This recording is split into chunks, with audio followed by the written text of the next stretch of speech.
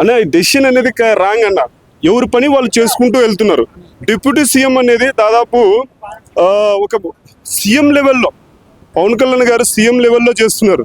So deputy CM కు value పెరగడానికి కారణం ఒక చిన్న రిక్వెస్ట్, ఒకటి మాట చెప్తాను. పవన్ కళ్యాణ్ చేసే తన నిమగ్నమైనటువంటి తన పరిపూర్ణమైనటువంటి పనిని తనకు ఇచ్చిన పనిని బాగా సక్రమంగా చేస్తున్నాడు. సో తనకి ఇచ్చినటువంటి గ్రామీణ నిర్మాణ శాఖ కానీ, తర్వాత తనకి ఇచ్చినటువంటి డిప్యూటీ సీఎం పదవి కానీ, సో వీటిని ఫాలో చేసుకుంటూ తనకి ఇచ్చిన శాఖలన్నీ మొత్తం సక్రమంగా నిర్వర్తిస్తున్నాడు. సో తనకు తాను పని చేసుకుంటూ ముందుకెళ్తున్నాడు. సో ఇప్పుడు నారా లోకేష్కి ఇచ్చారనుకోండి, నారా లోకేష్ అయినా పని చేయాల్సిందే. సో పని చేయాల్సింది ఏంటండి, ఎవరి పని వాళ్ళు చేయాలి.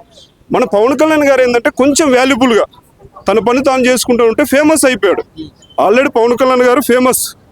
దానికి డిప్యూటీ సీఎం ఎందుకు ఫేమస్ అయ్యాడంటే తన పనిని తాను చేసుకుంటూ ముఖ్యమంత్రి లెవెల్లో ముందుకెళ్ళిపోతున్నాడు కాబట్టి వెళ్ళిపోతున్నాడు.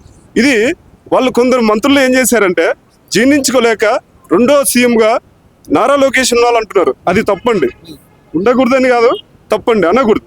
సో కూటమి అన్నాక దాన్ని సక్రమంగా ఎవరి శాఖలు వాళ్ళకి కేటాయించారు, వాళ్ళు సక్రమంగా జరగాలి. ఈ రచ్చ రబ్బంలో చేయకూడదు.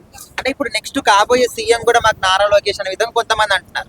పోనీ ఓకే, నేను యాక్సెప్ట్ చేస్తాను, సీఎంగా ఉండమండి. ఎందుకంటే టీడీపీ పెద్ద ఏమంటారో టీడీపీ ఎక్కువ స్థానాలు వచ్చాయి, ఓకే మేము ఒప్పుకుంటాం.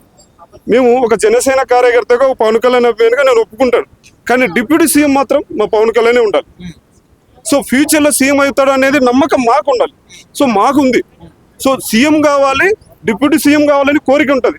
ప్రస్తుతానికి తన పనిని తాను నిర్వర్తిస్తున్నాడు కాబట్టి ఎలాంటి ఆటంకం చేయొద్దని మనస్ఫూర్తిగా కోరుకుంటున్నాను. అయితే ఇప్పుడు ఈ ఇష్యూస్ వల్ల ఈ కూటమిలో ఏమైనా ఇష్యూస్ వచ్చంటే ఎవరికి వాళ్ళు సపరేట్ అయ్యే అవకాశాలు ఏమన్నా? లేదండి, కాకూడదు.